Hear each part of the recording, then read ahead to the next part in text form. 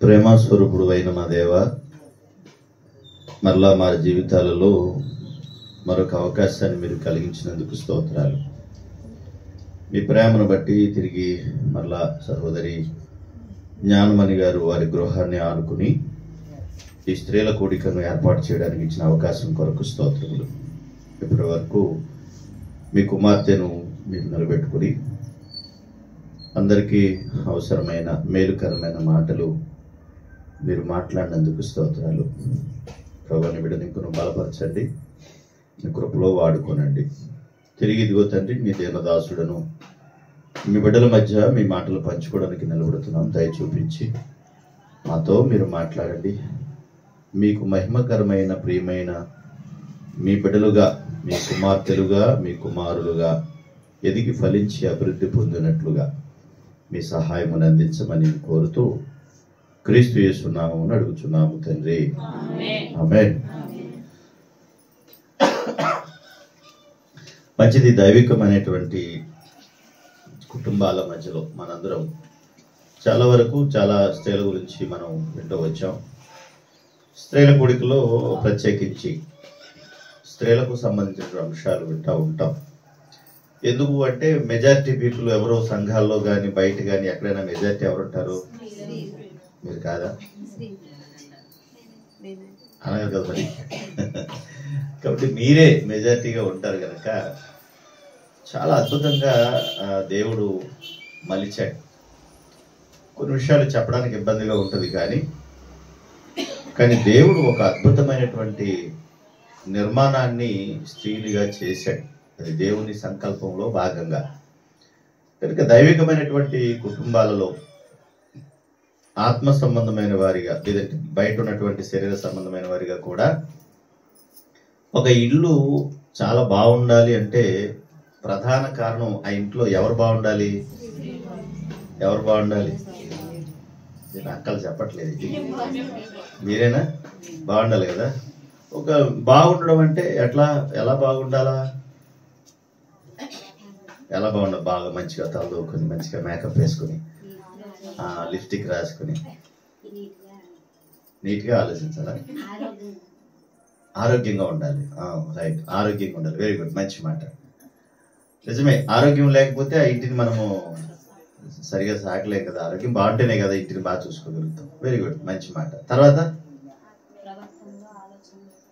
ప్రవర్తనలో, ఆలోచనలో కూడా బాగుండాలి. ఓకే, అది కూడా రైటే. తర్వాత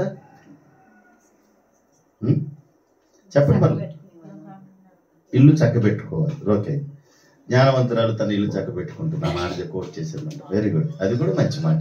ఇంకా అంతేనా? ఇంకేం లేవా? ఆరోగ్యంగా ఉండాలి, ప్రవర్తన బాగుండాలి, ఇల్లు చక్కబెట్టుకోవాలి. Right, okay.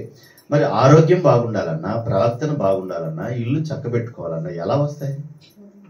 అవి మనకి ఎలా వస్తాయి అమ్మా? దేవుని చేత మాత్రమే అవి వస్తాయి. ఇప్పుడు అందరూ బయట కూడా చాలా మందికి అందరూ ఆరోగ్యంగా ఉన్నారు, మరి ఇల్లు చక్కబెట్టుకుంటున్నారా? వాళ్ళ ప్రవర్తన బాగుంది కానీ ఇల్లు చక్కబెట్టుకుంటున్నారా అంటే లేదు. అంటే వీటి వెనక ప్రధానంగా ఉండాల్సింది ఏంటంటే దైవికమైన లక్షణాలు కావాలి. ఏం కావాలి? దైవికమైన లక్షణాలు కావాలి. దైవికమైనటువంటి లక్షణాలు లేనప్పుడు నువ్వు ఆరోగ్యంగా ఉన్నా ఉపయోగం లేదు. ఒకవేళ నీ ప్రవర్తన బాగున్నా కూడా ఉపయోగం లేదు. చాలా మంది ఇంటిని చాలా పరిశుభ్రంగా చాలా ప్రేమిస్తారు. దాన్ని ఇంటిని ఎంత బాగా ప్రేమిస్తారంటే అబ్బా, ఎక్కడ ఉండాల్సిన వస్తువులు అక్కడ ఉంటాయి. ఆ ఇంట్లో అందరి ఇంట్లోనూ అలాగే ఉంటాయి కదండి అని అనుకుంటున్నారా? కొన్ని నెలలకు వెళ్ళామంటే మనము అసలు ఏ ఇంట్లో ఏముందంటే మనకే తెలియదు కదా. ఎక్కడ ఉండాల్సిన వస్తువులు అక్కడ ఉంటాయి, ఎవరు ఉండాల్సిన ప్లేస్లో వాళ్ళు ఉంటారు, ఎవరు చేయాల్సిన పని వాళ్ళు చేస్తారు. ఆ ఇల్లు చూస్తే ఒక అద్భుతంగా ఉంటుంది, చాలా బాగుంటుంది. కానీ దైవికమైనటువంటి లక్షణాలు ఆ ఇంట్లో లేవు. మరి బాగున్నట్టేనా, ఉపయోగం ఉన్నట్టేనా అంటే లేదు. ఎందుకు మరి ఇల్లు అంత చక్కగా నీట్గా చేసుకోవడం తప్ప అంటే తప్పేం కాదు. ఎందుకంటే పెద్దలు కూడా మాట్లాడతారు ఏమనంటే, ఇంటిని చూసినప్పుడు ముందే ఎవరు చూడాలంట అంటే ఇల్లు చూడగానే ఆ ఇంట్లో ఉన్న ఇల్లాలు అనే ఆ సహోదరి ఎలా ఉంటుందో వెంటనే మనం గ్రహించవచ్చు అనమాట. ఇప్పుడు ఇల్లే ఎక్కడ పడితే అక్కడ పడేసేసి, ఎలా పడతా అప్పుడు కంపు కొట్టుకుంటా, ఎటు చూసినా కూడా పాత బట్టలు పడేసేసి, తాళ్ళు పడేసేసి చెడారంగా ఉందనుకోండి. ఇప్పుడు ఆ ఇల్లు అంతా, అమ్మో ఇల్లే ఇలా ఉందంటే ఆవిడ ఎలాగ ఉంటుందో, ఆవిడ ఈవిడ చేత్తో మనకి ఏమన్నా పెడితే మనకి ఏదన్నా వచ్చేద్దేమోరా బాబా అని మనం తినడానికి కూడా ఇష్టపడం. అవునా కదా? చెప్పండి నాకు, చెప్పరే? అప్పుడే పేడకాలు చేసి వచ్చింది, గబగబా వచ్చి పేడ చేత్తో నీకు భోజనం పెట్టిందని తింటావా? భోజనం చక్కగా వండింది, బాగుందిగా, వాసన బాగా వస్తుంది కదా. మరి ఈ కప్పు ఆ కప్పు కూడా తెలియకుండా మనం చాలా ఇబ్బంది పడిపోతాం కదా, తినలేం కదా. అంటే ఏది ఎక్కడ ఎలా ఉండాలో అది చక్కగా ఉండాలి.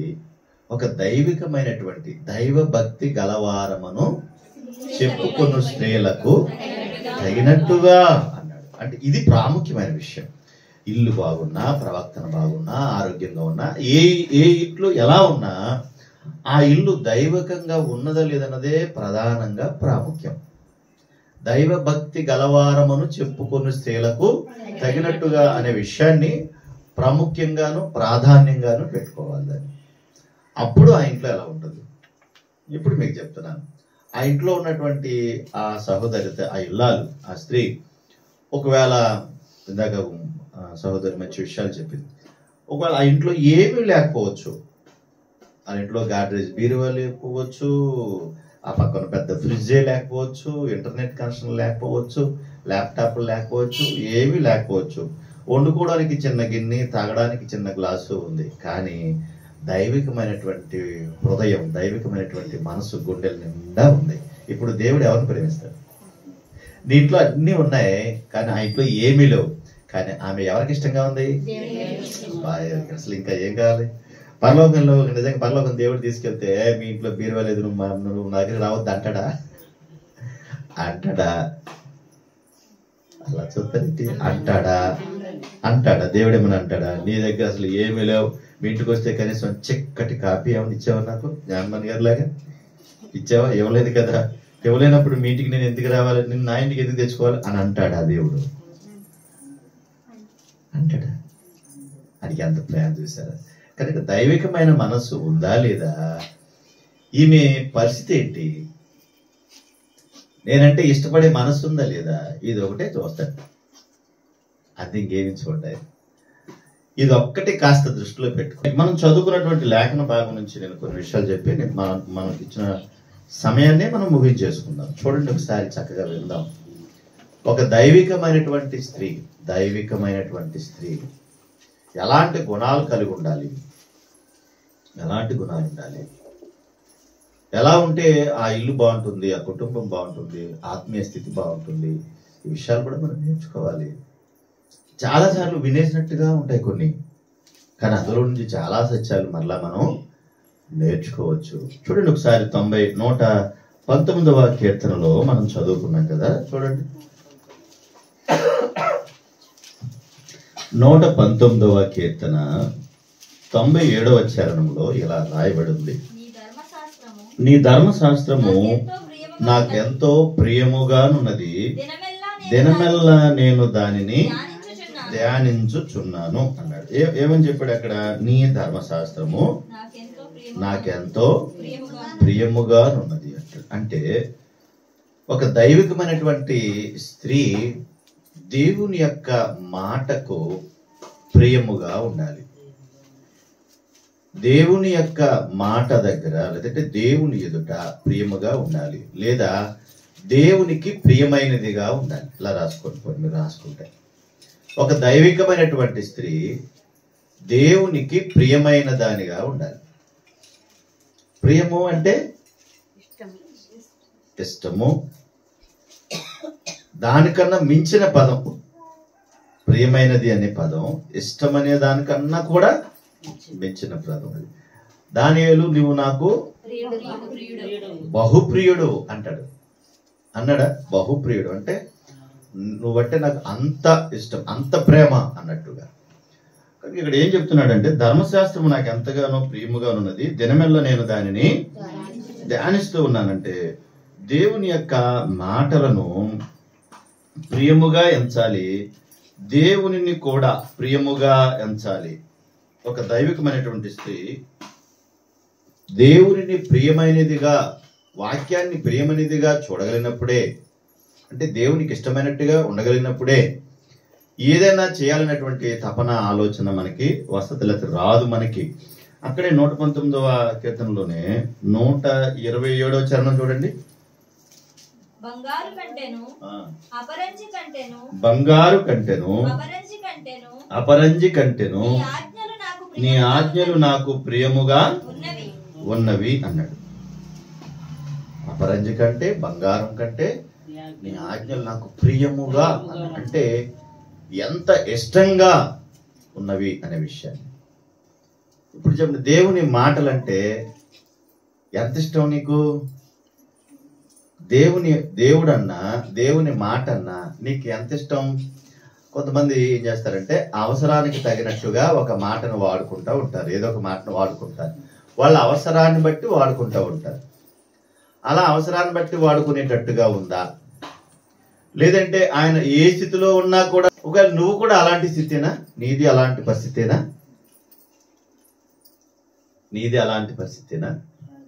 అయితే దేవుడంటే నీకు ఇష్టం అనేది లేదు, ఇష్టం లేదు. నీ ఇంటిలో నీ యజమానుడు నీకు ఇష్టమేనా? నీ యజమానుడు అంటే నీకు ఇష్టమేనా? నీ యజమానుడు అంటే ఎవరు? నీ భర్త దేవుడు ఉన్నాడు కదా, భర్త దేవుడు. ఏ దేవుడైతే భర్త దేవుడు మొత్తం మీద ఉన్నాడు కదా. నీ భర్త అంటే నీకు ఇష్టమేనా? ఎవరు మాట్లాడలేదు ఏంటి? ఇప్పుడు నేను ఏమైనా ప్రోగ్రాం పెట్టాలి ఇప్పుడు ఏంటి? లేనిపోయి ఇష్టమా కదా? ఎంతమందికి ఇష్టం? ఎంత ఇష్టం? ఇటు చాలా ఇష్టం.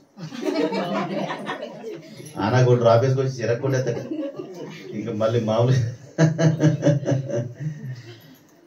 మీరు ఎప్పుడైనా సరే గుర్తుపెట్టుకోండి, వ్యామోహం వేరు, ఇష్టం వేరు. ఇది గుర్తుపెట్టుకోండి అమ్మా. వ్యామోహం అంటే వ్యామోహం కలిగినప్పుడే ప్రేమ పుడుతుంది. ఇష్టం అంటే మనసులో ఉండేది, అది చోటిచ్చేది.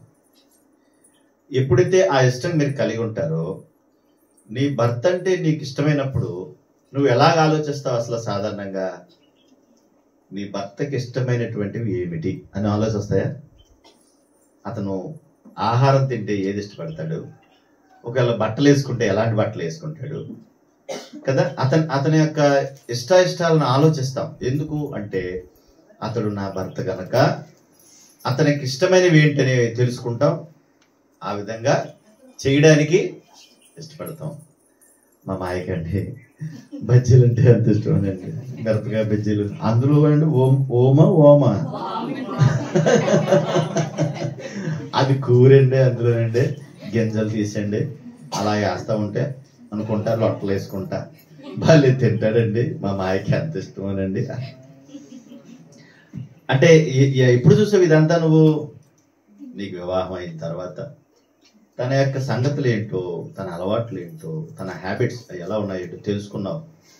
ఓ నా భర్త ఇది ఇష్టంగా తింటాడు. అప్పటి నుంచి ఎప్పుడైనా ఒకవేళ ఏదైనా చేయాలనుకుంటే ఏమంటావు? మిర్చి బజ్జీ ఇది తింటాడండి అని. ఒకవేళ ఏదైనా చేయాలనుకున్నా కానీ ఏం చేయాలనుకుంటావు? అదే చేయాలనుకుంటావు. నిజంగా ఎందుకు అలా అంటే అతనంటే నీకు ఇష్టం ఉంది కనుక. ఉందా లేదా? అంటే ఎందుకు చెప్తున్నానంటే ఎప్పుడైతే ఈ ఇష్టాన్ని కలిగి ఉంటామో వాళ్ళ ఇష్టాన్ని తెలుసుకుంటాము. మన ఇష్టాన్ని అవసరమైతే తీసివేసుకుంటాకైనా ఇష్టపడి అవతల వారి ఇష్టాన్ని నెరవేర్చడానికి ఇష్టపడతాం. ఇది నీకు అర్థమైందో లేదో మళ్ళీ చెప్పనా? నీ భర్త యొక్క ఇష్టం నీకు అర్థమైతే నీకున్న ఇష్టాన్ని కూడా పక్కన పెట్టి ఆ ఇష్టాన్ని నెరవేర్చడానికి నీ ఇష్టాన్ని పక్కన పెడతావు. అంత గొప్పగా ప్రేమిస్తావు. ఇప్పుడు దేవునికి ప్రియమైనదిగా అనంటే, ఇప్పుడు దేవుడు ఏం కోరుకుంటున్నాడంటే దేవుణ్ణి అంత ప్రేమించాలని, అంత ఇష్టపడాలని అనుకుంటున్నాడు ఆయన. రైట్. ఇప్పుడు దేవుణ్ణి నువ్వు ప్రేమిస్తున్నావే అని అనుకో. దేవుడు అంటే ఇప్పుడు నీకు ఎంత ఇష్టం? నీ భర్త అంటే ఎంత ఇష్టం అంటే ఏం చెప్పావు? చాలా ఇష్టం అన్నావు. మంచిది, అది మంచిది. ఇప్పుడు దేవుడు అంటే కూడా అంత ఇష్టం ఉందా? కుటుంబాన్ని ఎక్కువ ప్రేమిస్తావా, దేవుణ్ణి ఎక్కువ ప్రేమిస్తావా? ఎవరిని ఎక్కువ ప్రేమిస్తావు చెప్పు? దేవుడు అంటే ఇష్టమా, మీ భర్త అంటే ఇష్టమా? అలా బిగిస్తావు. నీ భర్త ఎదురు చెప్తావు ఇది, మరి నువ్వు అక్కడ ఎత్తుకున్నావే నువ్వా, ఎక్కడ ఎత్తుకున్నావే ఏమో చచ్చలకు చేయాలి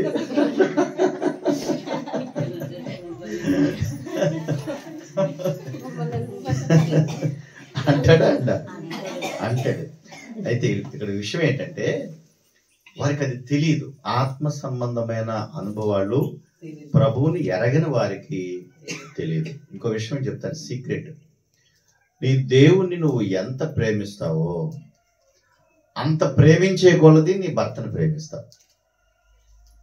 ఇది సీక్రెట్. ఇది నీ దేవుణ్ణి నువ్వు ఎంత ప్రేమిస్తావో ఆ దేవుని యొక్క మాటను బట్టి నీ భర్తను కూడా అంత ప్రేమించగలిగే మనసు వస్తుంది నీకు.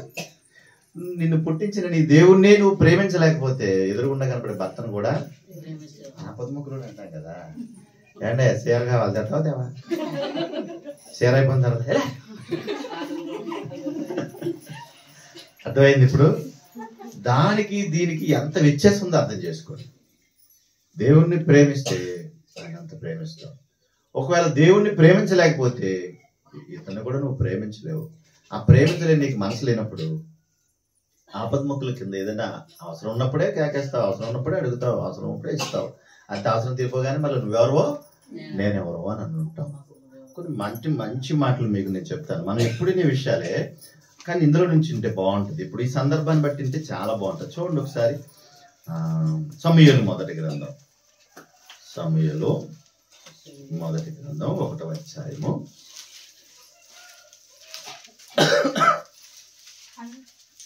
సమూయేలు మొదటి గ్రంథము 1వ అధ్యాయము 4వ వచనం భాగం చదువుదామా? ఎల్కానా తాను బల్యర్పణ చేసిన నాడు తన భార్యయగు పెనిన్నాకును దాని కుమారులకు కుమార్తెలకు పాళ్ళు ఇచ్చుచూ వచ్చాను. ఇక్కడ చెప్పే సందర్భాన్ని బాగా అర్థం చేసుకోవడానికి ప్రయత్నం చేయండి. పెనిన్నా ఎవరు? ఎల్కానా ఏ భార్య? మొదటి భార్య. మొదటి భార్య ఓకేనా? మొదటి భార్య. ఈ మొదటి భార్యకు పిల్లలకి తనకి ఏం చేస్తున్నాడంట? కొన్ని పాళ్ళు అంటే మనము పాళ్ళు అంటే మీకు ఎలా చెప్పను నేను, కాదు అంటే మీకు అర్థం అవడానికి.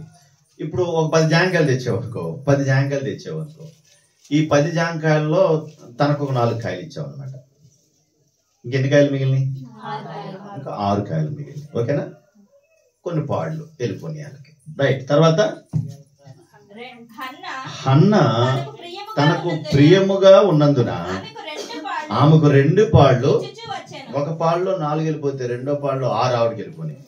విచిత్రం ఏంటంటే ఆమెకు పిల్లలు ఉన్నారు, ఈమె పిల్లలు లేరు, అది వేరే సంగతి. ఆమెకు పిల్లలు ఉన్నారు, తన కూడా తన భార్య, కానీ తనకు కొన్ని పాళ్లే ఏదో ఇవ్వాలనుకున్నది ఇచ్చేసాడు అంతే. కానీ 2 పాళ్ళు మాత్రం ఎవరికి ఇచ్చేసాడంట? హన్నాకి ఇచ్చాడు. కారణం ఏంటి? హన్నా ప్రియముగా ఉన్నందున. నాకు ఇదే ఇంపార్టెంట్, ఈ మాట చెప్పడానికి అది జ్ఞాపకం చేశాను. అంటే ప్రియముగా ఉంటే 2 పాళ్ళు ఎక్కువ వస్తాయా? ప్రియముగా ఉంటే 2 పాళ్ళు ఎక్కువ వస్తాయా? మాట్లాడరేంటి? మా ప్రకాష్ ఉన్నాడా? వెళ్ళిపోయాడా? ఇప్పుడు మా ప్రకాష్ భార్య అంటే ఇష్టమా కదా? ఇష్టం ఉంటుంది. మరి తల్లి అంటే ఇష్టం ఉంటుంది. ఇప్పుడు 10 బత్తాకాయలు తెచ్చాడు అనుకోండి, ఎన్ని బత్తాకాయలు ఇస్తాడు అమ్మకి? 10 ఇచ్చేస్తాడా? మా అయితే పోనీ నాన్న నువ్వు ఉన్నట్టు తీసుకున్నాడు రాయలు అంతేనా? 2 కాయలు ఇస్తాడు. మీద ఎవరికి ఇచ్చేస్తాడు పట్టుకెళ్ళి? ఇటు 10 కాయల్లో 2 ఇచ్చి 8 కాయలు వెళ్ళిపోయి భార్య బిడ్డకి వెళ్ళిపోయినాయి. వాళ్ళ మామ వాళ్ళ తాతోళ్ళు వారి ఇంటికి కూడా వాళ్ళు తినరు నాకు తెలిసి. మహా తింటో కాయ తిని మళ్ళీ పట్టుకెళ్ళి మళ్ళీ పిల్లలకి వాళ్ళు పెడతారు. కానీ భర్తగా తన ధర్మంలో, మీకు అర్థం అవడానికి చెప్పాను, తన ధర్మంలో వాళ్ళకి ఇచ్చాడంటే అమ్మే నాన్నే, కానీ భార్య తనకు ప్రియమైనది. కనుకనే 2 వాళ్ళకి ఇచ్చాడు, 8 పట్టుకొచ్చి భార్య బిడ్డలకి ఇచ్చాడు. ఇప్పుడు హన్న ప్రియమైనదిగా ఉంది కాబట్టి 2 పాళ్ళు ఎక్స్ట్రా పట్టుకొచ్చి ఇచ్చాడు. ఇప్పుడు మీ సందర్భంలో మనం ఇక్కడ ఆగి కొంచెం ఇక్కడ ఎల్కానా ఒక దేవునిగా తీసుకుని హన్నా ప్లేస్ లో మీరు పెట్టుకోండి. ఎల్కానా దేవుని పోలుగా పెట్టుకోండి. హన్నా ప్లేస్ లో మీ పేరు పెట్టుకోండి. ఇప్పుడు ఎల్కానాకు హన్నా ఎలా ఉందంటున్నాడు? ప్రియముగా ఉంటే 2 పాలు ఎక్స్ట్రా వచ్చినాయి కదా. అలాగే దేవునికి నువ్వు ప్రియముగా ఉంటే నీకు కూడా ఏమొస్తాయి? 2 పాలు ఎక్స్ట్రా. ఎంత బాగుంది నిజంగా. నాకు చదువుతున్నాడు నాకు భలే అద్భుతం అనిపించిందండి నాకు చదువుతున్నాను. ఒకవేళ దేవునికి ప్రియముగా లేవనుకుందాం, అప్పుడు ఈ 2 పళ్ళు ఏమవుతాయి? ఈ 2 పళ్ళు ఏమవుతాయి? ఇక్కడ ఆశీర్వాదాలను పెట్టుకోపోని మరి ఈ ఆశీర్వాదాలు ఏమవుతాయి? పోగొట్టుకుంటాయి. ఎవరు పోగొట్టుకున్నారు చూసారా? ఇష్టముగా ఉన్నప్పుడు ప్రియముగా ఉన్నప్పుడు ఆశీర్వాదాలు వస్తాయి, లేనప్పుడు అవి పోగొట్టుకుంటాం. అసలు మనం ఎక్కడ ఫెయిల్ అయిపోతున్నాం తెలుసా? అక్కడే ఫెయిల్ అయిపోతున్నాం. ఏదన్నా చేద్దాం అనుకుంటాం, ఏదో చేయాలనుకుంటాం. దేవుడు చాలా తలాంతులు ఇస్తాడు, మీకు చాలా తలాంతులు ఇస్తాడు. ఆ తలాంతులను ఉపయోగించుకుంటాం రాదు మీకు, అప్పుడు ఆశీర్వాదాలు పోతాయి. దేవుడు అనుకుంటాడు, బా నా బిడ్డలు ఎంత చక్కగా పడారు, ఈ 2 పాళ్ళు ఇద్దాం అనుకుంటాడు. ఇద్దాం అనుకునే లోపల అన్నట్టు పెడతారు పడమోకం. అంటే చూసావా నేను కాబట్టి అని లోపలికి ఏమొచ్చేసింది? రావడం వల్ల మళ్ళీ ఏం పోయినాయి? 2 పాళ్ళు. 2 పాళ్ళు ఎవరు పోగొడుతున్నారు వీటిని? ఎవరమైతే వాళ్ళే. హన్న ప్రియముగా ఉన్నందుకు ఆమె గర్భఫలాలు లేవు, తర్వాత వర్షం, కానీ 2 పాళ్ళు ఎక్స్ట్రా సంపాదించుకుంటుంది. ఇక్కడ 2 విషయాలు చెప్తాను. ఆత్మ సంబంధమైనవి, శరీర సంబంధమైనవి. వింటున్నారా? ఆత్మ సంబంధమైనవి, శరీర సంబంధమైనవి. ఇవి ఎలా ఉంటాయంటే, ఇప్పుడు భర్త దగ్గర నుంచి అన్ని రాబట్టుకోవాలనుకోండి, సాధారణంగా భర్తను ఎప్పుడు పట్టుకుంటారు మీరు? భోజనం పెట్టినప్పుడే కదా. మొక్కలు కక్కలు అన్ని వండి ఆ రోజున వాళ్ళకి మిర్చి బడ్జెట్ ఎదురుగుండా అదే కదా ఇష్టం మరి పెట్టి అప్పుడు మొదలెడతారు లిస్ట్.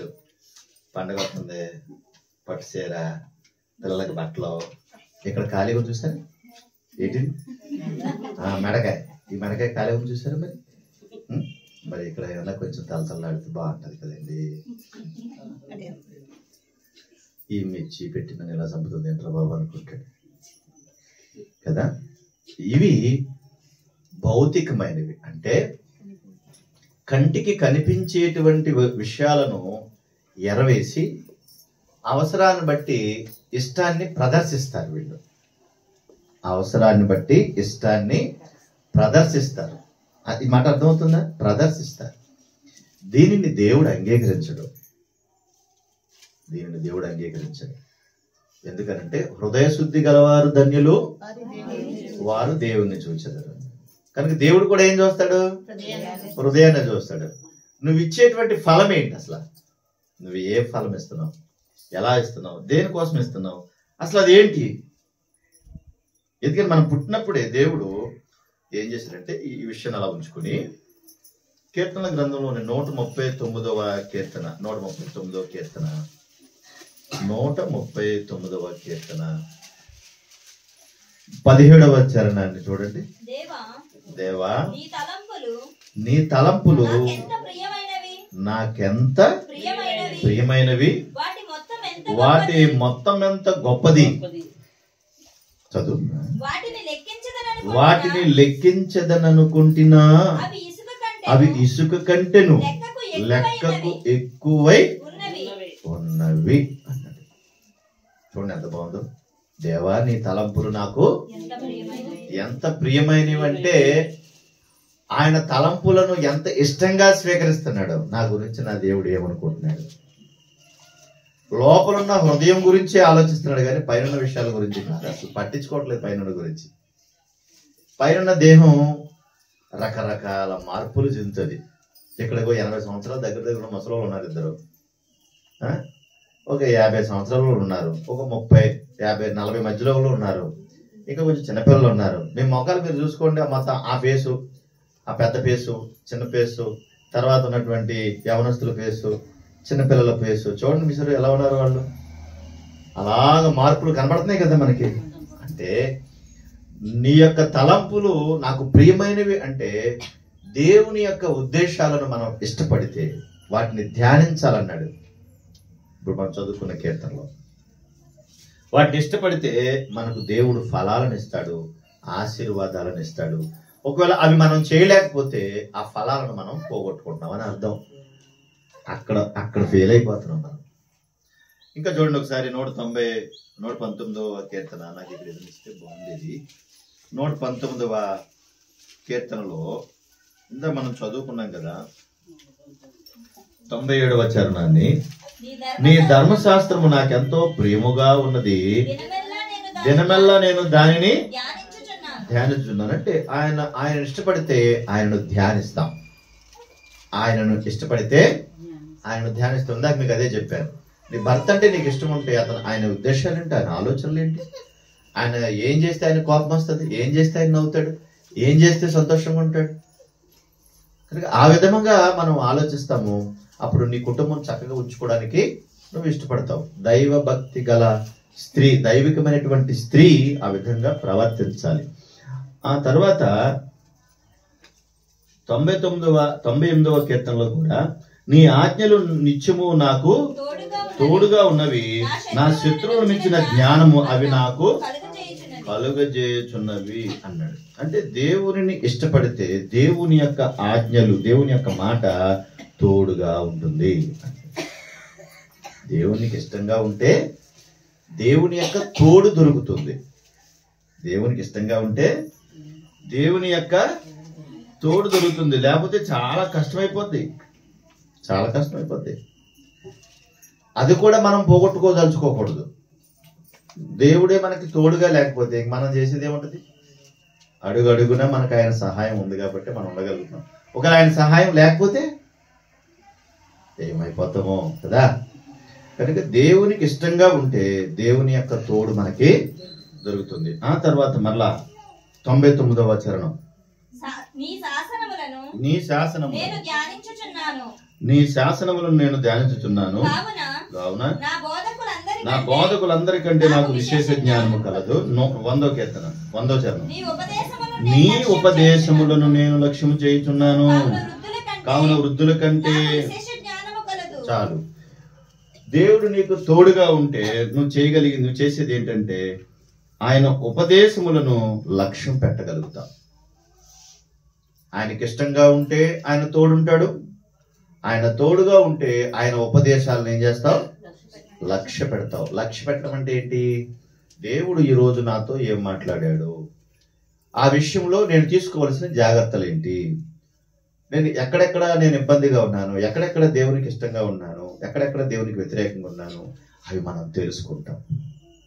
మన లోపాలు ఏంటో మనకి బాగా అర్థమవుతుంది. ఈ లోపం నాలో లేదు. Praise the Lord. నీకు స్తోత్రం నాయనా, నీ కృప వల్ల ఇక్కడ నేను కొంచెం బాగున్నాను. తర్వాత ఇది ఇంకో మాట ఏదో వినబడింది, ప్రభువా ఈ లోపం నాలో కనిపిస్తుంది నాయన, సరిదిద్దుకుంటాను ప్రభువా. లక్ష్య పెట్టడం అంటారు దాన్ని. ఆయన ఉపదేశాలను లక్ష్య పెట్టగలిగేటువంటి స్థితిలోకి వెళ్ళిపోవాలి. ఎక్కువ మంది, చాలా మంది ఎలా ఉంటారంటే ఏదన్నా పొగిడేమనుకోండి అసలు ఉబ్బు దబ్బిపోయిపోతారు. ఎంత దబ్బిపోయిపోతారో, ఓ డజన్ యాపిల్ కలర్ తీసుకోండి మీకోసమే అంటారు. బుద్ధి లేదమ్మా నీకు ఇలాంటి పనులు చేస్తున్నావు అని ఒకవేళ ఏదన్నా విషయంలో గద్దించామనుకోండి, యాపిల్ కూడా క్యాన్సిల్. మళ్ళీ పట్టుకునేరు ఇక ఎప్పుడు ఏమవ్వదు, దీనికి ఇచ్చింది కాబట్టి మళ్ళీ అన్ని తిడతాడంట అనుకుంటారు. అసలు మనము దైవికమైన ఆ లక్షణాలు కలిగిన వారమైతే మనము రెండింటిని ఒకేలాగా స్వీకరించే మనస్సు ఉండాలి. నేను ఎప్పుడైనా ఎవరికైనా చెప్పేది ఏమన్నా చెప్పా, నేను ఎంత బాగున్నానో నాకు చెప్పకపోయినా పర్లా, కానీ ఎందులో బాగుండలేదు అది చెప్పండి. సామాన్యంగా వచ్చిన అన్నా నేను ఇది చేస్తున్నానన్నా, ఇది ఇలా చేసుకోవచ్చా, చేయొచ్చు అంటారు, పర్వాలేదన్నా ఆయన చెప్తారు కొన్ని విషయాలు. తమ్ముడు ఇదిగో ఇది ఇలా చేసుకుంటే మంచిది, ఇది ఇలా చేస్తే మంచిది.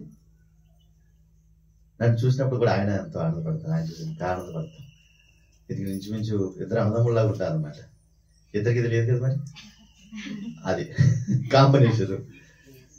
నిజంగా మనం అది అర్థం చేసుకోవాలి.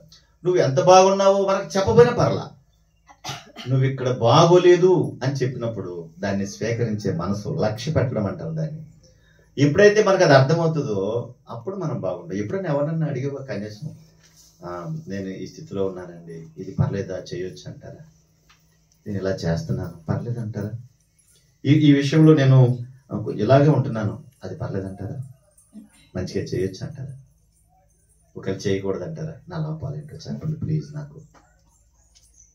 ఈ విషయంలో నువ్వు ఉంటే ఆయనకు ఇష్టంగా ఉండే విషయాల్లో ఏవి ఆటంకాలుగా అభ్యంతరాలుగా ఉన్నావో వాటిని ఏం చేస్తాం మనం? తొలగించుకుంటాం. అక్కడ ఉంటుంది మంచి మాట చూడండి, అక్కడ ఎంత బాగుంటుందో చూడండి. 101వ చరణం.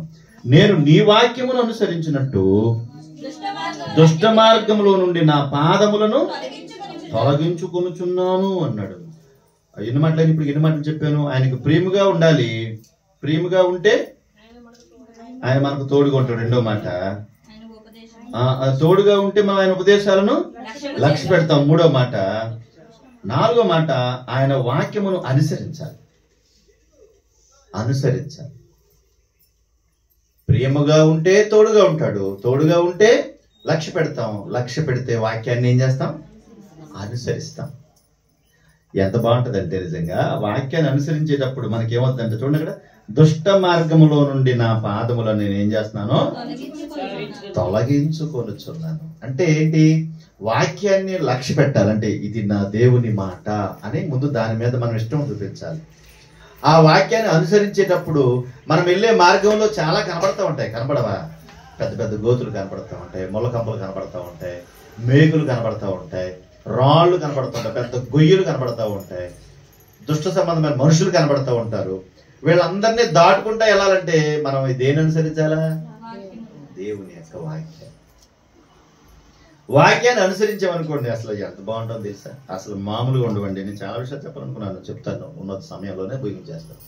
కనుక ఉన్న విషయాలలో, ఉన్న సంగతుల్లో నువ్వు గ్రహించాల్సింది, నేను దేవునికి ప్రేమగా ఉన్నానా లేదా, ఉన్నానా లేదా, ఇది చూసుకోవాలి. ప్రేమగా లేకపోతే నా దేవుని యొక్క సహాయాన్ని, తోడును నేను ఎక్కడ పోగొట్టుకున్నాను చూసుకోవాలి. తోడుగా లేకపోవడానికి కారణం ఏంటి? నేను ఆయన మాటల మీద లక్ష్య పెట్టలేదా? నేను ఎక్కడ లక్ష్య పెట్టలేకపోతున్నాను ఆలోచించాలి. లక్ష్య పెట్టలేని స్థితిలో ఉండి నేను ఏమైపోతున్నాను? ఆయన మాట అనుసరించకుండా విడిచిపెట్టేశానా? ఆలోచించాలి. మరల చెప్తున్నాను, నువ్వు ఎంత బాగున్నావు ఎవరో చెప్పకపోయినా పర్లా, కానీ నీలో ఈ లోపం కనబడుతుంది, నువ్వు సరి చేసుకో అమ్మా అని చెప్పినప్పుడు దాన్ని స్వీకరించే మనసు ఉండాలి ఆనందంగా. చాలా వందనాలండి, నాకు మంచి విషయం చెప్పారు, నేను మార్చుకుంటానండి. కొంతమంది దాన్ని అంగీకరించలేకపోతున్నారు. ఆ లోపాలు చాలా మందిలో కనబడుతున్నాయి, అంగీకరించలేకపోతున్నారు. ఇది ఇలా చేయకూడదమ్మా అని అనగానే అంత ఎక్కడ లేని కోపం వస్తుంది, ఇంకా అక్కడ అలా పడేసేసి వెళ్ళిపోతుంది. అంటే లోపల కోపం వచ్చేసి, మేము పనిచేసేటప్పుడు మా డాక్టర్ గారు అలాగ వచ్చారు, ఆయమని పిలిచారు. ఏంటమ్మా ఈ పని ఏంటి, ఈ లోపం ఏంటి, ఎవరో చెప్పిన మాటలు నువ్వు నన్ను అంటావా అని చీపిరి కట్ట అలా గిరటేసి కొట్టింది డాక్టర్ గారు. ఆయన ఏం చేయలేదు తెలియదు, అలాగే చూస్తాను. అంటే యజమాని ఏం చేసింది? ఎదిరించి. నీ యజమాని గౌరవం పోయిన తర్వాత నీ గౌరవం ఉంటుందా? చెప్పరే. నీ ఇంటి యజమానికి గౌరవం లేనప్పుడు నీకు గౌరవం ఉంటుందా? అసలు నీ గౌరవం వచ్చేది ఎవరి వల్ల? యజమాని వల్లే. యజమాని యొక్క గౌరవం పోతే నీ గౌరవం ఏముంటుంది? నీకెక్కడ గౌరవం ఉంటుంది? కనుక దేవుని ఉద్దేశాలలో, దేవుని యొక్క ఆలోచనలో నేను ఎక్కడున్నాను అనే విషయాన్ని తెలుసుకుంటే చాలా బాగుంటాం. కొన్ని విషయాలు మీకు చెప్తాను నేను. దేవునికి ప్రేమగా ఉండేటప్పుడు, ఒక వ్యక్తికి మనం ప్రేమగా ఉంటే, హన్నాకి ఎన్ని పాలు ఇచ్చాడు? 2 పాలు ఇచ్చాడు. అంటే హన్నాకు అంత ఇష్టపడ్డాడు కనుక హన్నాకి ఏం చేశాడు? 2 పాలు ఇచ్చాడు. మన అందరికి తెలిసినటువంటి ఒక వ్యక్తిని జ్ఞాపకం చేస్తాను చూడండి ఒకసారి. ఆది కాండము 29వ అధ్యాయము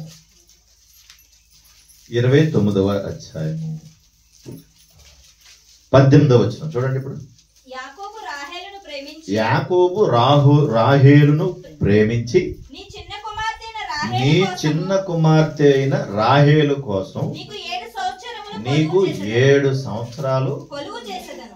పాలిదానం చేయమన్నా చేస్తాను. నాకు ఎవరు కావాలి? రాహేలు కావాలి. ఎవరంటారు ఆ మాట?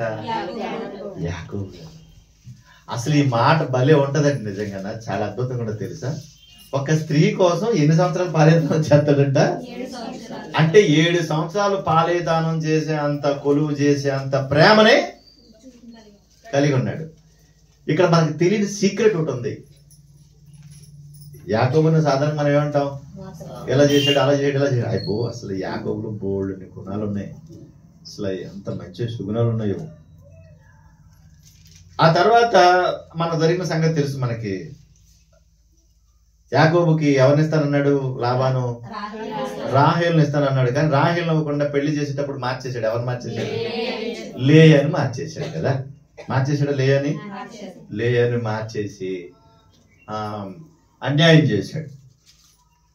చేస్తే ఇదేంటి మావా ఎలా చేసావు నువ్వు అని చెప్పేసి దెబ్బలాడితే చాలా సింపుల్ గా చెప్పాడు. ఏం కాదులే అని 30 వచనం చూడండి మళ్ళా. 29:30. మరియు లాబాను అమ్మా నువ్వు ఎక్కడ చదువుతున్నా? నేను ఏం చెప్పాను? ఆది కాండము 29:30. యాకోబు రాహేలును కూడెను, మరియు అతడు లేయా కంటే రాహేలును బహుగా ప్రేమించి అతనికి మరి 7 ఏండ్లు కొలువు చేసి. ఎన్ని సంవత్సరాలు చేశాడంట? 7 సంవత్సరాలు చేశాడు. పాపం కొలువు చేశాడు. 7 సంవత్సరాలు చేసిన తర్వాత అసలు ఎలాగైపోతామండి అప్పుడు? ఎలాగైపోతాం? 7 సంవత్సరాలు మనం పెళ్లి చేసుకుందాం పర్వాలేదు, 7 సంవత్సరాలు ఆగు అన్నారు అనుకోండి. సంబంధం గుర్చుకున్నారండి. 7 సంవత్సరాలు ఆగుతారా? కుమార్ గారు మనం 7 సంవత్సరాలు ఆగాం. మేము సంవత్సరం ఆగాం. సంవత్సరం ఉన్నామండి. ఆవిడ అక్కడ ఉత్తరాలు రాసేది, బిల్లు ఉత్తరాలు రాసేది. ఇప్పుడు ఎవరైనా ఉంటారా? ఆ కాలంలో మేము సంవత్సరం ఉన్నాం.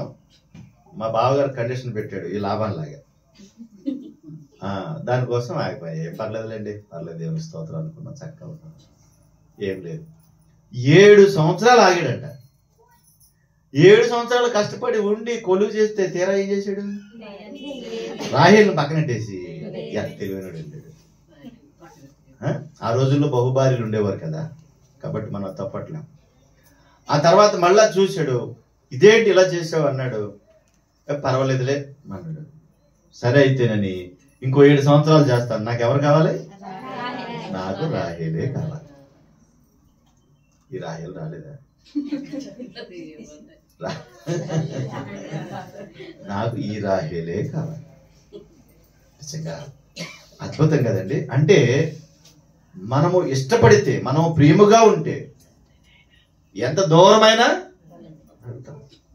ఎక్కడో హైదరాబాద్ లో ఉన్నారండి మనకి ఇష్టమైన వాళ్ళు. వాళ్ళ అమ్మాయి పెళ్ళంట మరీ చెప్పారు, వాట్సాప్ లో పంపించారు. వెళ్తామా మానేస్తామా? చెప్పండి. ఎవరైతే మనల్ని బాగా ఇష్టంగా ఉండి ప్రేమించి, అక్క మీరు తప్పనిసరిగా రావాలని ఫోన్ చేసి, మీరు రాకపోతే నా మీద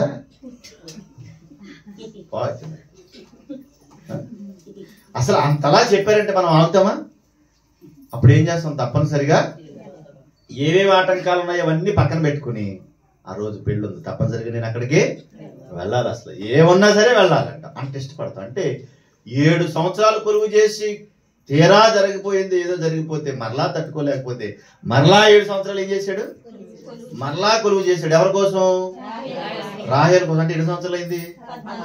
14 సంవత్సరాలు రాహేల్ని పెళ్లి చేసుకుంటా కొన్నాడంటండి.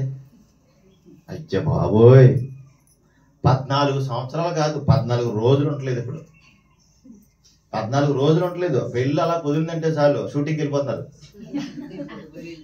నిజమండి, షూటింగ్కి వెళ్ళిపోతున్నారు అలా. అయ్యో నా నోటితో చెప్పలేను. ఎంత సెండాలమో, అంత సెండాలం నోటితో చెప్పలేను. కానీ నిజంగా మరి యాకోబు గొప్పోడో కదా? చెప్పండి, అసలు గొప్పోడో కదా? గొప్పోడు కదా, చాలా గొప్పోడు. అత్తయ్య గారు పెళ్ళి ఏదో పండగ ఏదో వస్తుందంట, మరి ఒకసారి కనపడమంటారంటే రాకూడదు రాకూడదు రాకూడదు రాకూడదు. మా అత్తగారు రాకూడదు రాకూడదు ఆ రోజుల్లో. ఇప్పుడు ఇప్పుడు పెళ్లి కుదిరితే చాలు, అసలు ఒకరితో వాళ్ళు వెళ్ళిపోతున్నారు, ఒకరితో వాళ్ళు వచ్చేస్తున్నారు. అంతే కదా, నోటితో చెప్పలేను, నా నోటితో చెప్పలేనమ్మా. అంత భయంకరంగా తయారైపోయారు. ఇప్పుడు 14 సంవత్సరాలు కొలువు చేశాడట. అయ్యి బాబోయ్, అసలు తలుసుకుంటే పిచ్చిపోతుంది. అసలు ఎందుకయ్యా ఇంత కష్టపడి ఇక్కడికి వచ్చి నువ్వు కొలువు చేయాలి? అంత అవసరమేంటి నీకు? అసలు ఎవరు పిల్లలు లేరా? ఎక్కడ అమ్మాయి దొరకరా నీకు? యాకోబు అందగాడండి, యాకోబు అందగాడండి. దొరకరా, ఎవరో దొరకరా అంటే బోల్డ్ మంది ఉంటారు. కానీ ఎందుకు అంత పని కట్టుకుని చేసుకున్నాడు? వద్దన్నా సరే మళ్ళా 7 సంవత్సరాలు మళ్ళా కొలువు చేసి మళ్ళా ఎందుకు చేసుకున్నాడు? వాళ్ళు విచిత్రంగా ఉంటుందండి. చూడండి, మీకు చెప్తాను అంటే ఎంత ఇష్టపడ్డాడో చెప్తున్నాను మీకు, ఎంత ఇష్టపడ్డాడో చూడండి. ఒకసారి ఆదికాండము 28వ అధ్యాయం చదవండి, మొదటి వచనం. ఇస్సాకు యాకోబును పిలిపించి, ఎవరు ఇస్సాకు అంటే? యాకోబు యొక్క వాళ్ళ నాన్నగారు, తండ్రి గారు. పిలిపించి, నీవు కనాను కుమార్తెలలో ఎవరిను వివాహం చేసుకోవద్దు. వీళ్ళు ఎక్కడున్నారంటే కనానీల మధ్యలో ఉన్నారు. నువ్వు కనాను కుమార్తెలు అంటే నువ్వు ఎక్కడున్నావో ఆ ప్రాంతం. నేను ఎక్కడున్నాను?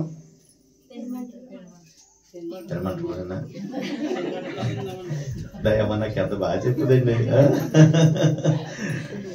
నువ్వు ఎక్కడున్నావో నేను ఎక్కడున్నానో ఆ ప్రాంతంలో ఉన్న పిల్లను నువ్వు పెళ్లి చేసుకోవడానికి లేదు అని చెప్పాడు. ఎవరితో?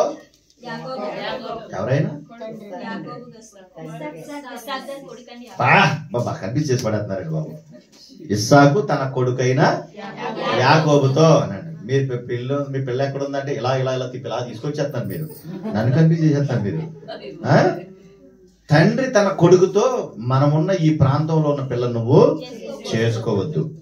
నీవు లేచి పద్దనారాములో ఉన్న నీ తల్లికి తండ్రి అయిన బెతూయేలు ఇంటికి వెళ్లి అక్కడ నీ తల్లి సహోదరుడగు లాబాను కుమార్తెలలో ఒకదానిని వివాహము చేసుకుని అన్నాడు. ఎక్కడికి వెళ్ళమన్నాడు? పద్దనరాములో ఎవరున్నారు? లాబాన్ ఏమవుతాడు?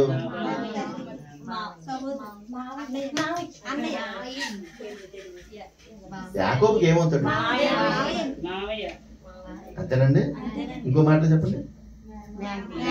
మేనమామ అవుతాడు. అయ్యి బాబాయ్, నీకన్నా నాకే తెలిసిపోతున్నాయి బాగా, నీకు సంపెత్తాడు. మేనమామ అక్కడ ఉన్నాడు, పద్దనరాములో ఉన్నాడు. నువ్వు అక్కడికి వెళ్ళాలి. వెళ్ళి అక్కడ నీ మేనమామ దగ్గరటువంటి కూతురులో ఒకదాని నువ్వు వివాహము చేసుకొనుమని అతనికి ఆజ్ఞాపించి అన్నాడు. ఏం చెప్పాడంట? కుమారుడా, మనమున్న ప్రాంతంలో ఉన్న వారిని నువ్వు పెళ్లి చేసుకోకూడదు నాయన. పద్మరాములో మీ తల్లి సహోదరుడు లాబాను ఉన్నాడు, అక్కడ బిడ్డలు ఉన్నారు, వారిలో ఒక కుమార్తెను పెళ్లి చేసుకుని. ఇది ఆజ్ఞ. ఏంటిది? ఆజ్ఞ. ఇప్పుడు మీరు ఆలోచించండి. యాకోబు తన తల్లిదండ్రులను ప్రేమించాడే లేదంటే ప్రేమించాడు గనకనే తన తల్లిదండ్రులు చెప్పినటువంటి మాటకి లోబడ్డాడు. ఆజ్ఞ లోబడ్డాడు. లోబడి ఇక్కడ మా నాన్న చేసుకోవద్దన్నాడని అప్పుడు ప్రయాణం అయిపోయి ఎక్కడికి వెళ్ళిపోతున్నాడు?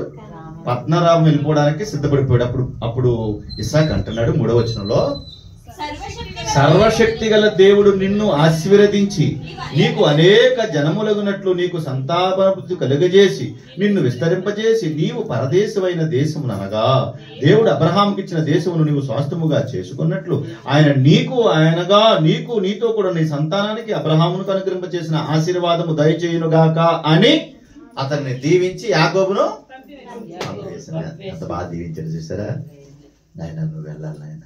అంత పట్టుదలగా 14 సంవత్సరాలు కొలువు చేయడానికి కారణం ఏంటి?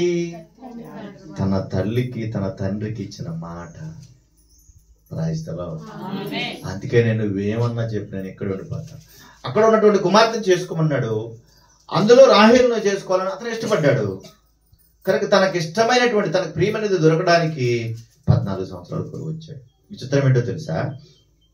పద్మనాభం బయలుదేరిపోయాడు, ప్రయాణం అయిపోయాడు. ప్రయాణమై వెళ్ళిపోయిన తర్వాత దారిలో ఒక చోటకు వచ్చాడు. ఆ చోటకు వచ్చిన తర్వాత ఆ ప్రాంతానికి వెళ్ళిన తర్వాత బెయేర్షెబా అనే ప్రాంతానికి వచ్చాడు. అక్కడి నుంచి హారాన్ అనే ప్రాంతానికి వెళ్తున్నాడు. అక్కడ ఉండిపోయాడు. అక్కడ ఉండిపోయి అక్కడ పడుకుంటే అక్కడ తనకు దేవుడు దర్శనం ఇచ్చాడు. నాయన, మరలా నువ్వు వచ్చినప్పుడు ఇదిగో నువ్వు గొప్పవాడు అవుతావు, నీ సంతానం అభివృద్ధి పొందుతుంది. మన టైం లేదు కాబట్టి చెప్పుకుంటూ వెళ్ళిపోతున్నాను. అభివృద్ధి పొందుతుంది, నువ్వు గొప్పవాడు అవుతావు అని, నీ మూలంగా చాలా మంది ఆశీర్వదించబడతారని చెప్పాడు. చెప్పినప్పుడు నిజంగా చాలా భయం వేసింది, కంగారు వచ్చింది, భయపడ్డాడు. అయితే యాకోబు మాత్రం అన్నాడు కదా, నిజంగా ఇది గొప్పది. 17 వచనం చూడండి, 16 వచనం. యాకోబు నిద్ర తెలిసి నిత్యముగా యెహోవా ఈ స్థలమందు ఉన్నాడు, అది నాకు తెలియకపోయిననుకుని భయపడి, ఈ స్థలము ఎంతో భయంకరము, ఇది దేవుని మందిరమే గాని వేరొకటి కాదు, ఇది పరలోకపు గవని అని పెట్టి అక్కడ రాయి నిలిపి దాని మీద నూనె పోసి అక్కడ ప్రార్థన చేసి దానికి బేతేలు అని పేరు పెట్టాడు. బేతేలు అంటే దేవుని మందిరము అని అర్థం. అక్కడ రాయి నిలిపాడు, ఆ రాయి మీద నూనె పోసాడు, దాన్ని అభిషేకించాడు. మరలా నేను తిరిగి వచ్చినప్పుడు ఇది దేవుని మందిరం అవ్వాలన్నాడు. వింటున్నారా? అలా చేసి తిరిగి ప్రయాణం మొదలెట్టాడు. ప్రయాణంలో వెళ్తూ ఉంటే ఆ పద్మనాభం అనేటువంటి ప్రాంతానికి, హారాన్ అనేటువంటి ప్రాంతానికి వచ్చేసాడు. ఆ ప్రాంతానికి వచ్చిన తర్వాత వింటున్నారా, ఆ ప్రాంతానికి వచ్చేసాడు. ప్రాంతానికి వచ్చిన తర్వాత అక్కడ ఒక బావి ఉంది. ఆ బావి దగ్గర నీళ్లు తోడుతున్నారు. నీళ్లు తోడు గొర్రెల కాపరులు అందరూ వస్తున్నారు. ఆ తర్వాత అక్కడ అడిగాడు, వాళ్ళని అడిగాడు, మీరు ఎక్కడోళ్ళు, మీరు ఎక్కడి నుంచి వస్తారంటే, ఇది మాది హారాన్ అనే ప్రాంతం. మీకు పలానా లాభం తెలుసా? వాళ్ళందరూ మీకు తెలుసా అంటే, తెలుసు, ఇదిగో వాళ్ళ అమ్మాయి మా వెనకాలే ఉంది అన్నారు.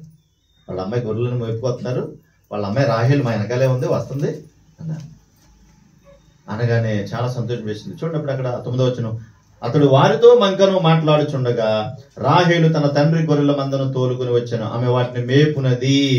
రాహేలును చూడగానే పాపం ఎక్కడ లేని దుఃఖం, బాధ, ఏడుపు అన్ని కలిసి వచ్చేసినాయి. రాహేలును పట్టుకున్నాడు, ముద్దు పెట్టుకున్నాడు, గోల్డ్ మని ఏడ్చాడు. నేను పలానా పలానా పలానా అని చెప్పాడు. వింటున్నారా లేదా? నేను పలానా పలానా పలానా అని చెప్పాడు. అవునా, నువ్వు మా తోడబుట్టిన దాని కొడుకువా? వెరీ గుడ్, అది నువ్వు మా దగ్గర ఉండాలి. ఇదిగో ఇంతమంది ఉన్నారు నాకు సంతానం, నువ్వు ఇక్కడే ఉండాలి అన్నాడు. ఇక్కడే ఉండమంటే అప్పుడు ఏమన్నాడు చూడండి, 14 వచనం, 29, 14 త్వరగా. అప్పుడు లాబాను, నిజముగా నీవు నా ఎముక, నా మాంసమునై ఉన్నావు, అంటే రథ సంబంధం అని. అతడు 9 దినములు అతని యొద్ద నివసించిన తర్వాత లాబాను, నీవు నా బంధుడు అయినందున ఊరకయే నాకు కొలువు చేసేదవా, నీకు జీతం ఇస్తాను. ఎంత బంధువుడు అయితే మాత్రం, మేనమామ అయితే మాత్రం, మేనడు అయితే మాత్రం ఊరికి నేను ఇంట్లో ఏముంటావు కాబట్టి నీకు జీతం ఇస్తాను అన్నాడు. అవును, నాకు జీతం ఇస్తావా? అయితే మరి జీతం ఇస్తే ఊరికి ఎందుకు జీతం ఇస్తాను? నేను పని చేస్తాను అన్నాడు. నీ దగ్గర ఊరికి నేను జీతం ఎలా తీసుకోండి, నేను కాబట్టి పని చేస్తాను అన్నాడు. అలాగా 6 సంవత్సరాలు చేశాడు. ఎన్ని సంవత్సరాలు? 6 సంవత్సరాలు కొలువు చేశాడండి జీతానికి.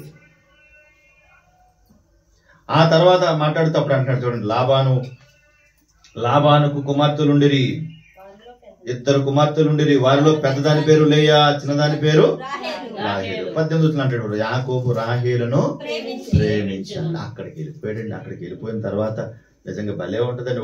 వాళ్ళు చేసిన పని మార్చి పడేయాడు కదండి వాళ్ళు. చూడండి, ఇప్పుడు ఆది కాండము 31వ అధ్యాయం 41వ వచనం చదవండి. 41వ వచనం.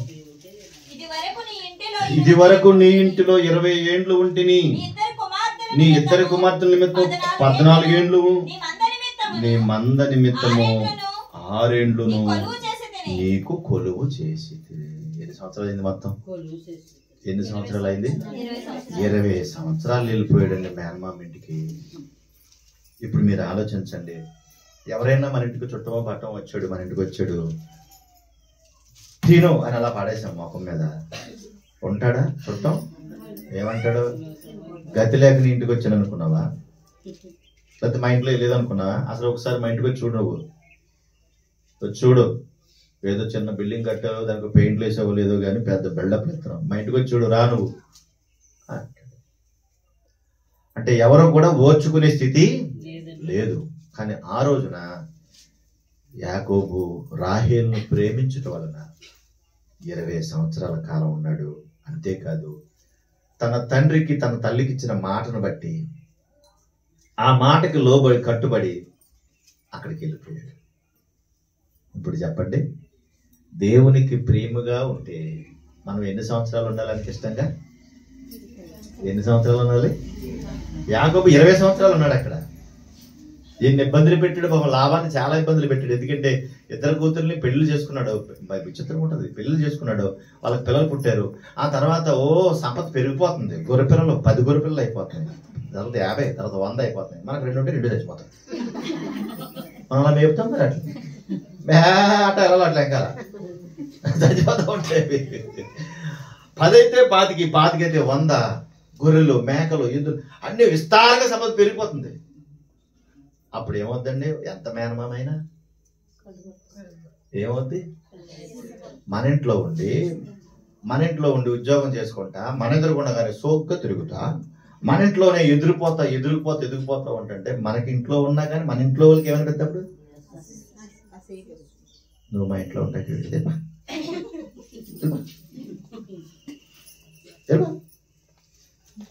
ఎంత సూచించద్దండి. సొంత మేనమామైనా, సొంత అక్కైనా, సొంత చెల్లైనా ఏమొచ్చేది? అక్క అక్క అక్క అని చెప్పేసి అక్కింటికి వెళ్ళిన రోజు చూడు. సామాన్య చెప్తారు కదా, మొదటి రోజు చేప, 2వ రోజు మాంసం, 3వ రోజు గుడ్డు, 4వ రోజు బంగాళదుంప, 5వ రోజు, 7వ రోజు చలవా. ఎప్పుడు వెళ్తాం? ఇది మన పరిస్థితి. కానీ ఎంత భరించాడు చూసారా? ఓర్చుకున్నాడు, సహించుకున్నాడు. అక్కడ మాట్లాడతాడు చూడండి, ఆ మాటలు భలే ఉంటాయి. అక్కడ ఇప్పుడు నేను చదివించిన మాట ఒకసారి చదువుదాం. అది మళ్ళీ 31వ అధ్యాయం అనుకోండి కదా. ఇప్పుడు నేను చదివించాను కదా, 31వ అధ్యాయము 41వ వచనం చదివాం కదా. అక్కడ 41 చూడండి. 14 ఏండ్లు నీ మంద నిమిత్తం 6 ఏండ్లు నీ కొలువు చేసి తిని, అయినను నీవు నా జీతం 10 మార్లు మార్చావు. నా తండ్రి దేవుడు అబ్రహాము దేవుడు ఇస్సాకు భయపడిన దేవుడు నాకు తోడై ఉండని ఎడల నిత్యముగా నీవు నన్ను ఒట్టి చేతులతోనే దేవుడు నా ప్రయాసము నా చేతుల కష్టమును చూచి పోయిన రాత్రి నిన్ను గద్దించని లాభాలతో చెప్పాను. నువ్వు నా మేనమామ అయితే ఉండొచ్చు, కానీ దేవుడు నాకు ఇచ్చిన ఆశీర్వాదం, నా కష్టం చూసింది, కుళ్ళు వచ్చింది, నీకు ఏడుపు వచ్చింది, నన్ను ఏదో చేద్దామని నువ్వు అనుకున్నావు. కానీ దేవుడు నీకు కనబడి చెప్పాడు, నా బిడ్డ ఒంటి మీద చేయబడితే తోలు చేస్తానని చెప్పాడు నీతో. అందుకే నువ్వు నన్ను ఏమీ చేయలేకపోయావు. Praise the lord. ఆయనకు ప్రేమగా ఉంటే మనం టచ్ చేసేవాడు ఉండడు. Praise the Lord. అర్థమైందా? ఆయన మనకు తోడుగా ఉండడం అంటారు దాన్ని. అందుకే 20 సంవత్సరాలు అక్కడ ఉన్నా కానీ లాభాన్ని ఏమి చేయలేకపోయాడు. కారణం ఏంటంటే దేవునికి ప్రియమైనగా ఎదగడానికి ఇష్టపడ్డాడు. ఇష్టపడి తండ్రికి ఇచ్చిన మాటను బట్టి నెరవేర్చుకున్నాడు. భార్య పిల్లలు సంపదనంతా చూసి సంతోషించాడు. మనుషుల మధ్యలో ఇవేమీ జరగవు. నీ ఎదురుగుండా ఆ పక్కింటోళ్ళు కొడుకు కోళ్ళు, ఆ పక్కింటోళ్ళు సంతోషంగా మంచి హడావుడికి వెళ్తాననుకోండి, మనం చూస్తాం. కళ్ళలో ఏం పోసుకుంటామమ్మా చెప్పండి. మరి ఇది అంటారు కదమ్మా, ఏం పోసుకుంటారు? నిప్పులా కారమా? కళ్ళలో నిప్పులు వేసుకుంటాం. నిప్పులు మొహమా? ఎదుటి వాళ్ళు చూసి సంతోషించే మనసు మనకుంటే మన కుటుంబాన్ని కూడా దేవుడు ఏం చేస్తాడు? ఆశీర్వదిస్తాడు. నిజంగా ఆశీర్వదిస్తాడు. నేను ఎక్కడికి వెళ్ళినా అదేటో నాకు తెలియదు. ఎక్కడికి వెళ్ళినా సరే మంచి దర్జాగా ఉన్నట్టు ఉంటుంది బండి. అంటే మొహం అలాంటిది. మరి ఏం చెప్తాం? ఉన్నమాకు అది చెక్కేలేం కదా. ఏ సొక్క వేసుకున్నా అలాగే ఉంటాం. మనకున్నవే అవి. అయినా సరే కళ్ళలో ఏం పోసేసుకుంటున్నావు? నిప్పులు వేసేసుకుంటున్నావు. నువ్వు నిప్పులు వేసుకోవడం వల్ల నీ నిప్పులే బయటకు వస్తాయేమో కానీ దేవుడు మాత్రం ఏం చేస్తున్నాడు? మై సన్, నా కుమారుడు, నా కుమార్తె అంటాడట. మనకి ఎంత ఇష్టంగా ఉన్నాడు చూడండి దేవుడు. అంటే మనం దేవుడిని ఎంత బలంగా హత్తుకుంటే దేవుడు మనం అంత బలంగా హత్తుకుంటాడు. ఈ సీక్రెట్ మనకి తెలియక మనం ఏం చేస్తాం? అయ్యో లేనట్ల కోసం ఏడుస్తూ ఉంటాం, ఉన్నట్లు వదిలిపెట్టేస్తాం. మన ఆశీర్వాదాలు అలాగే పోతాయమ్మా. నీకు అర్థమవుతుందా? అందుకే తండ్రికి ఇచ్చిన మాట, తల్లికి ఇచ్చిన మాటను విడిచిపెట్టకుండా 20 సంవత్సరాలు కొలువు చేశాడంటే ఎంత ఇష్టపడ్డాడో చెప్పండి. ఇప్పుడు ఎంత ఇష్టపడ్డాడు. చివరికి ఒక మాట చెప్పి ముగించేస్తాను. ఇందాక సహోదరు చెప్పింది, ఒక పేద విధవరాలు ఎంత ఇచ్చిందంట? 2 కాసులు ఇచ్చింది. ఎంత ఇచ్చింది? 2 కాసులు. ఆ 2 కాసులు ఎందుకు ఇచ్చింది? 2 కాసులు నాకు అర్థమవుతుంది. అసలు ఏమనుకుంది తను? అసలు అంటే దేవునికి ఇవ్వాలనే మనసు ఎప్పుడు వస్తుంది? దేవుడంటే ఇష్టం ఉన్నప్పుడు, దేవునికి ప్రేమగా ఉన్నప్పుడే వస్తుంది. లేకపోతే రాదు. తెలుసా? రాదు. దేవునికి ఇది నేను చేయాలి అని అనుకున్నప్పుడు సిద్ధమైన మనస్సు, హృదయపూర్వకమైన మనస్సు అంటాం దాన్ని. మనకు అది తెలియక అయ్యి బాబు నేను ఎంత ఇచ్చాను. కొంతమంది ఏం చేస్తారంటే ఎవరికే చెప్పకూడదు అంటారు. మళ్ళీ పక్కకి నేను ఎంత ఇచ్చానో తెలుసా అని మళ్ళీ చెప్తారు. అక్కడ నీ ఆశీర్వాదం అంతా పోతా ఉంటది. దేవుడు ప్రతి దాన్ని చక్కగా చూస్తూ ఉంటాడు. మనకు తెలియదు లాభాన్ని ఎన్ని వేసాడు. ఇప్పుడు లాభాన్ని ప్లేస్లో అపవాదిని పెట్టుకోండి. లాభాన్ని ప్లేస్లో అపవాదిని పెట్టండి. అపవాది మన దీవెనలు పోగొట్టడానికి ఎన్ని చేస్తూ ఉంటాడు? చాలా చేస్తూ ఉంటాడు. కానీ దేవుడు ఏం చేశాడు? తన హస్తాన్ని తోడుగా ఉంచాడు. విడిచిపెట్టాడా? వాడు ఎన్నో పన్నాగాలు పడుతున్నాడు కానీ విడిచిపెట్టాడా? హన్నా పాపం ఎన్నో చేసేద్దాం అనుకుంది కానీ దేవుడు తన కృపనిచ్చాడు. తర్వాత అపవాది తంత్రాలకు లోబడకుండా ఒక మంచి ప్రవక్తనే తన బిడ్డగా సంపాదించుకుందబ్బా. అసలు హన్నాను చూస్తే అసూయ కలగాలి మనకి. నాకు బిడ్డలు లేరు అంటే నీకు ఎందుకు మరి ఉన్నాను కదా, నేను కదా నీకు తోడు. సమూయేలు లాంటి ప్రవక్తని ఇచ్చాడండి. అసలు అక్కడున్న పిల్లలు ఏమైపోవాలి? ఇప్పుడు ఎదురుగుండా ఎవరున్నారంటే పెనున్నా ఉంది. నీకు పిల్లలు లేరు, నీకు పిల్లలు ఉంది. ఇప్పుడు అసలు ఆ పిల్లలందరినీ పక్కన పెడితే, సమూయేలులో పక్కన పెడితే ఎవరు కనపడతారు త్రాసులో? అసలు నాకు ఎంత ఆనందం ఉందో ఈ మాట చెప్తుంటే. 100 మంది ఉన్న పనికిమాలినోళ్ళ కన్నా ఒక్క సమూయేలు చాలు. Praise the lord. 100 మంది పనికిమాలినోళ్ళ కన్నా ఒక్క సమూయేలు చాలు. దేవుడు తోడుగా ఉన్నాడు. మరి నువ్వు చేసేది ఏంటి? ఆ రోజున పేదరాలు చాలా చక్కగా అన్ని చేసుకుంది. నేను ముగిస్తున్నాను. చూడండి ఒకసారి కొరింథీయులకు రాసిన రెండో పత్రిక 8వ అధ్యాయం